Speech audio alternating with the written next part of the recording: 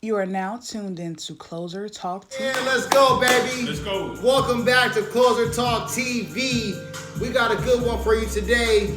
I'm with my main man right here. How you doing, boy? What's going on, man? All right. What's going on, man? Man, I'm with my boy Alex right here, man. He's a good friend of mine, business partner, also former co-workers, man. We worked at several offices together. But today's episode is turning down money.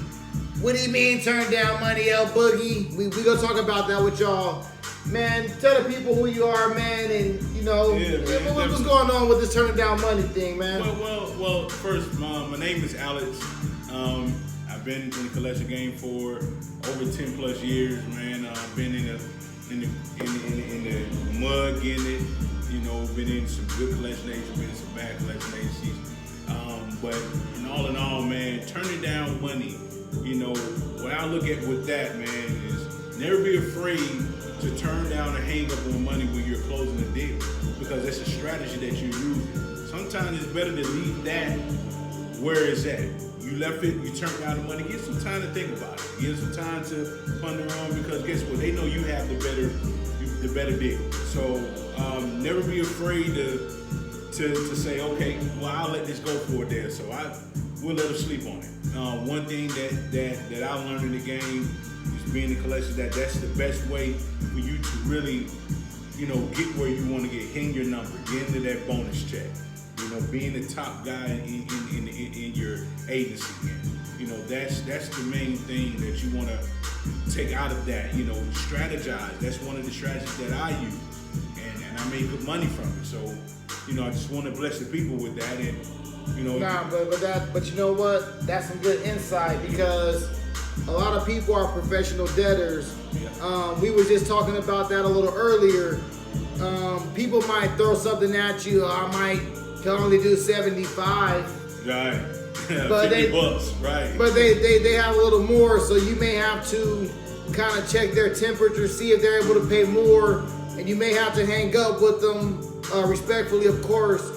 Well, sir or ma'am, unfortunately, the client can't accept that. If you can come up with something, let us know, but we may have to move forward. Right, man. And the best thing, man, about that too, about hanging up on money, because you got to understand, we have the leverage. We have something that they don't want to hit their credit, or they don't want it to, later on down the line, they have to pay for it. So sometimes using that strategy of hanging up on the money, don't be afraid to do that. That's a part of the game. That's a part of how you strategize when you're dealing with professional debtors. Remember, professional debtors, they've been here, done that. Right. So they have many ways that they have came up with how not to pay for the debt, or how to get out of the debt. So you got to know the game they're playing too. They know the game you're playing. They know the game that they're playing. Right, because it's cat and mouse. Right, it's cat and mouse, man. It's a strategy to it.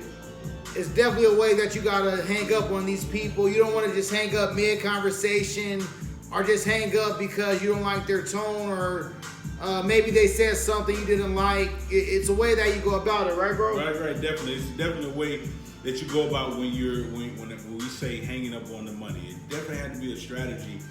And one thing that I want to say, when it comes to strategy, when it comes to hanging up on the debtor, you never want to go back and forth with them. Yeah, that's a no-no. You never go back and forth with them. You don't want to go back and forth with them, man. And that's one thing that we, as collectors, we fall into. The petty arguments. The petty arguments. You're talking about nothing that's generating the money. Your main focus is to close that account, get the money out of the account, and get that account closed down, man. So you never want to go back and forth. Because they're going to say some stuff you don't want to hear. I mean, it is what it is, but you have to be able to filter through all the nonsense, because they're trying to take you off your course. So be able to stay on track in that call. Like they're going to go back and forth with the nonsense. But another thing that y'all definitely want to hang up on, they're constantly lowballing. The balance is 5,000. I got 150.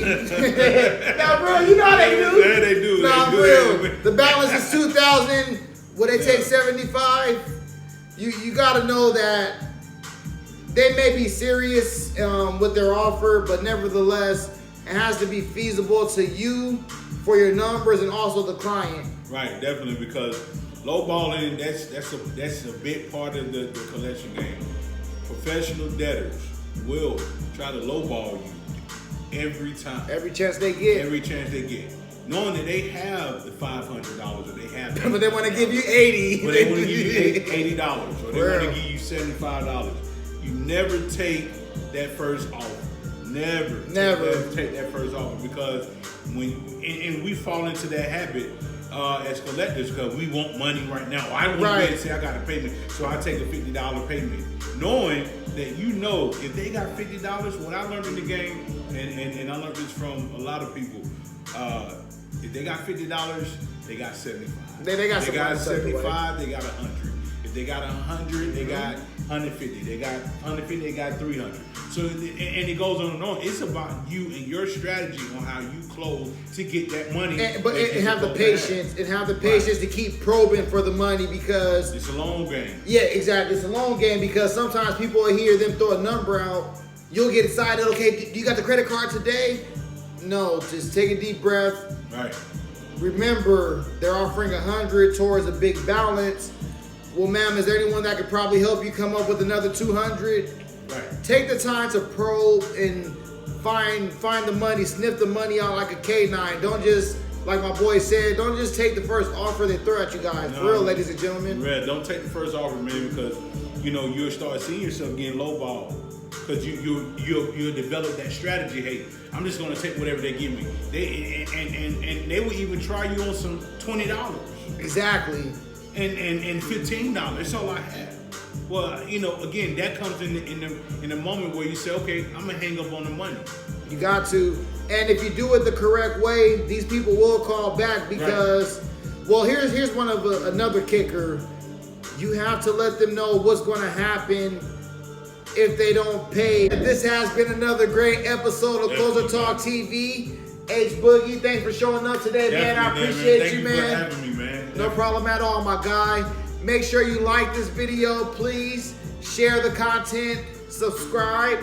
Follow your boy at Instagram at Closer Talk TV, at Closer Talk TV. And like I say in closing, ABC, always be closing.